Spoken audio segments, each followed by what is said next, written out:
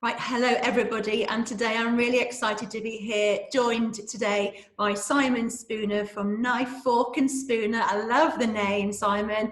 Award-winning private chef and 2018 Masterchef participant. So, hi Simon, and thank you for joining me today. Hi, thanks for having me. You're very welcome. I'm very keen to hear about your business, your days before you get to where you are now, your background to your current offering, of course, which sounds fantastic being a private chef.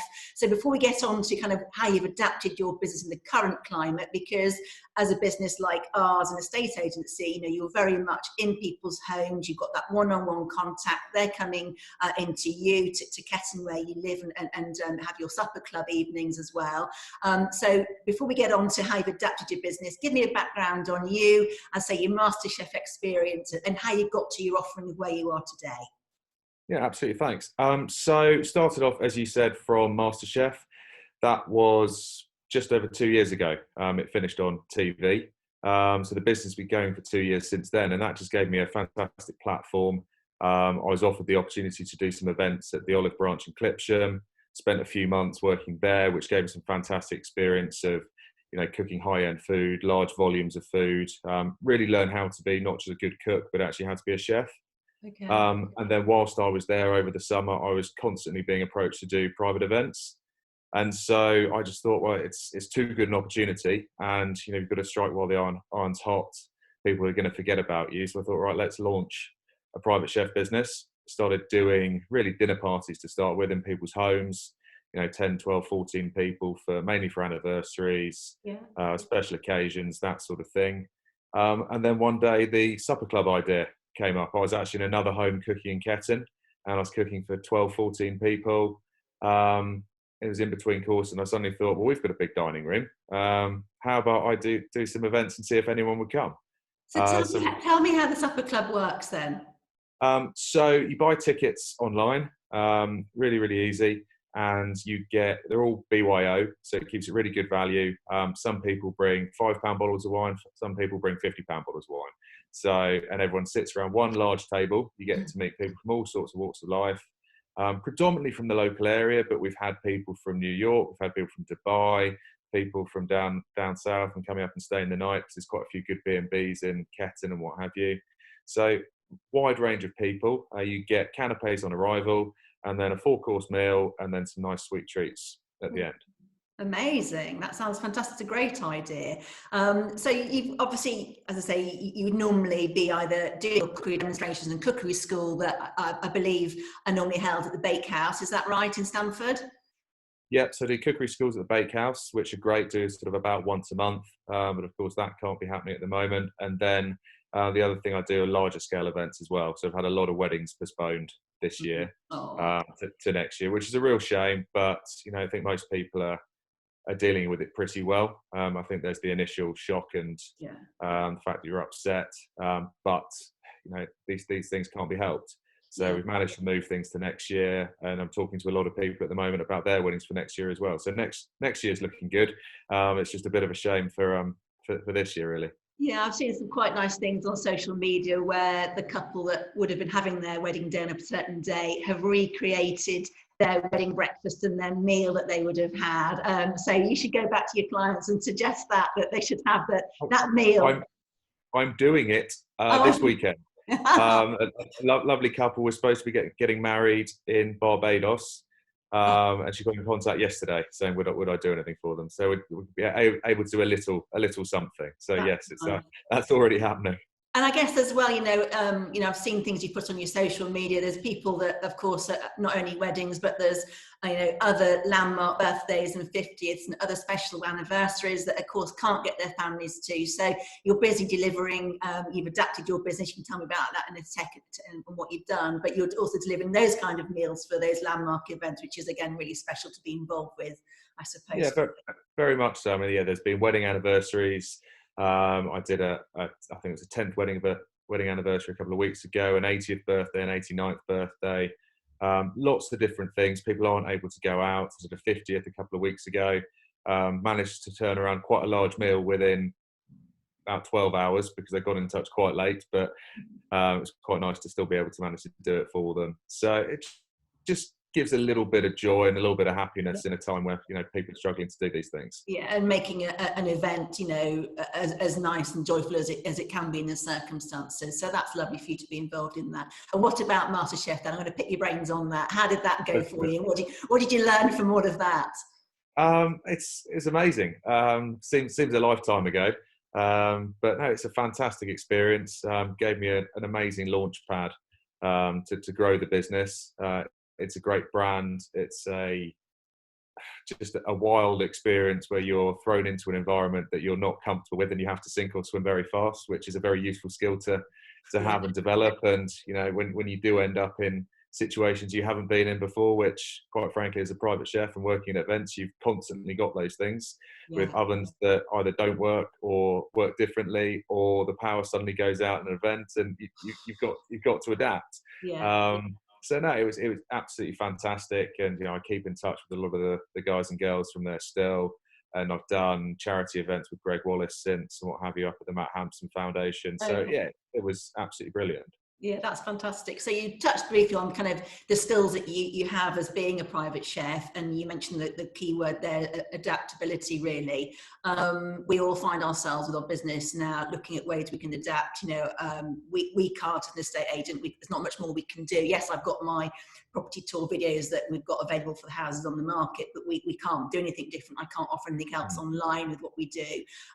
You've done something, you know, quite different. You've got your meal delivery service. Talk me through how that works and some of the ideas that I've quickly looked at the menu for this week. It looks mouth-watering, but you can talk to me about what's included on that for this week.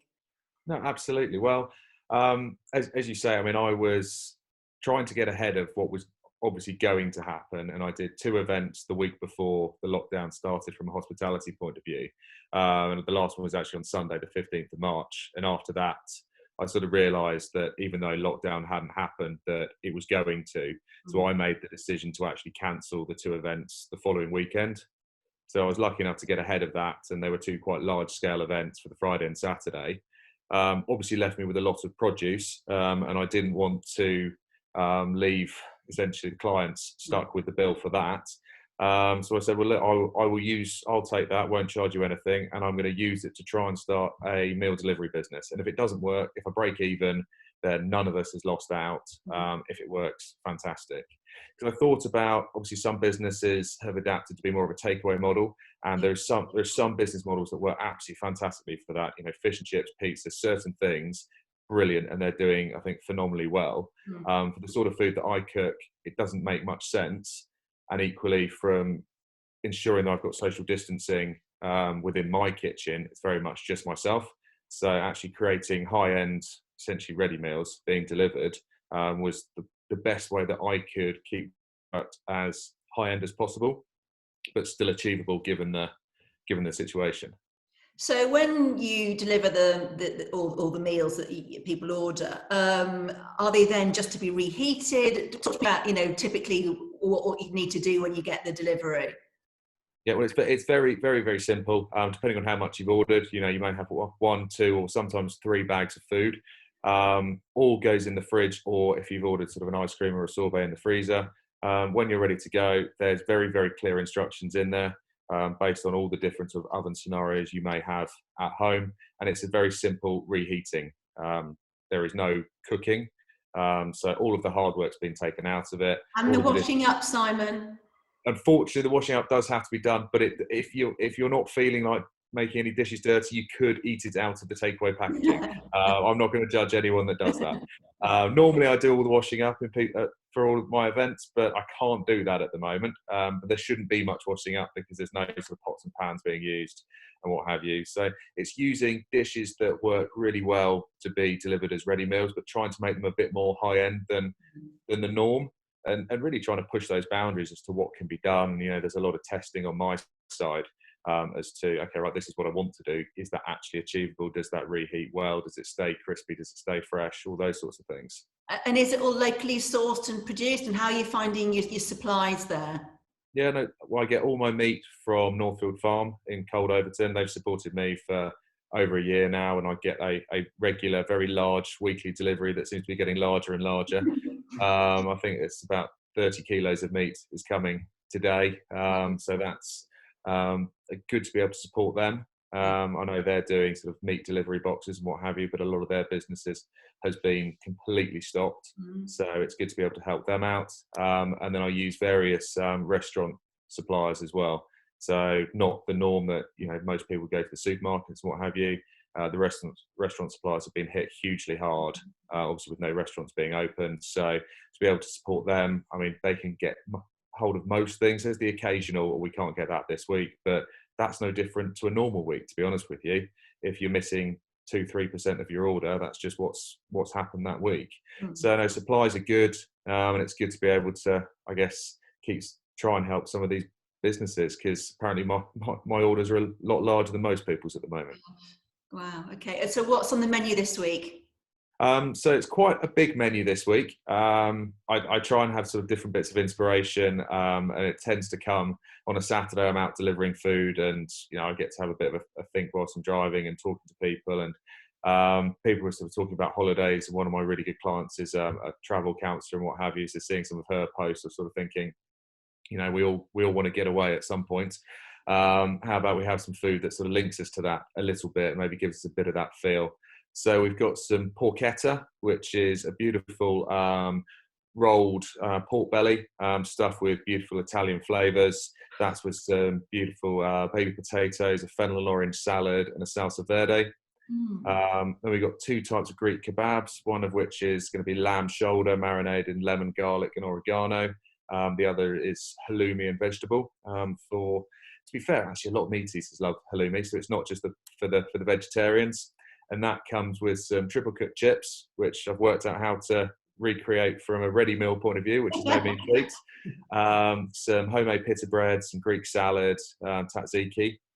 And then very popular this week has been a beef ragu lasagna. But I don't make that as most people make it with mince at home. That's made with brisket, really slowly cooked. So it's a much meatier, more delicious, more high-end lasagna. For smaller portions, I've done a couple of things of fresh tagliatelle, one with a beef ragu, one with sort of spring vegetables, your asparagus, your peas, lots of herbs, those sorts of things. And then desserts, we've got a rhubarb and custard tart. So it'll be a traditional custard tart, but then topped with some macerated rhubarb and a very thin rhubarb jelly, a bit like you get if you're in a French patisserie. We've got some vanilla fudge ice cream, something a little bit naughty, a gin and tonic sorbet, and an apple tart tatin. So quite a wide variety. One of each, please. Absolutely, you're more than welcome. So you've got a competition running at the moment, haven't you? Tell me about that. Yes, I mean the other thing I was talking to people a lot about was people were saying, when do you think you're going to be open? And you know, as a normal business, and you know, how long's a piece of string? To be honest with you, from a hospitality point of view, we're probably going to be the last. To be honest, well, you read different things every single week. But I thought actually it would be lovely to offer someone something to look forward to. And I've had some fantastic support with the delivery business over the last few weeks. I've got some lovely regular clients and lots of new ones coming on board all the time. So just to offer a little competition of 2 tickets to a supper club sometime between now and the end of next year, just to be certain. So they've got a going out experience to look forward to, because at the moment we're all missing going out. We're all missing our favourite restaurants and pubs and cafes and wherever we like to go. And just to have that in your top drawer tucked away for when all of this ends, say, okay, I can give Simon a call and book in for free just for getting a delivery, and I still get some lovely food in the meantime. So how do they enter, Simon? They simply make an order. Orders close at 6 p.m. tomorrow, so they've still got a bit of time to do that. Every order will go into the draw, and it'll be drawn on Friday evening, and the tickets will be with the winner's delivery on Saturday. Fine. So actually, just to clarify, we're recording this a day earlier because you'll be busy cooking, etc. So the last time people can enter is actually Thursday evening. Is that right? Yes, Thursday at 6 p.m. Yes. Okay, that's fine. Thank you. Just very briefly then, thank you for your time today. Everything sounds fantastic that you're doing. I'm glad you're getting lots of nice orders. You're supporting local with your, your suppliers. But you just said then we're all looking forward to when we can go out again and restrictions are lifted. What are you personally looking forward to doing the most when restrictions are lifted with your family, once we can go back out there again?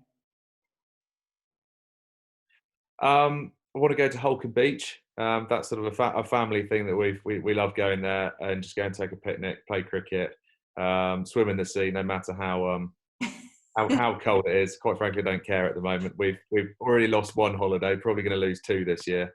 So we have, everyone's at home. We're in good spirits, but it's hard. We've got a young family. So yeah, it'd be lovely to go out for dinner and what have you, but actually just to be able to go out and have that space and the expanse of somewhere like that when you've got a huge beach and you've got the sea in front of you, that's where we'll be going first. And then most of Stamford and Rutland might be there as well, though. Once I hope not.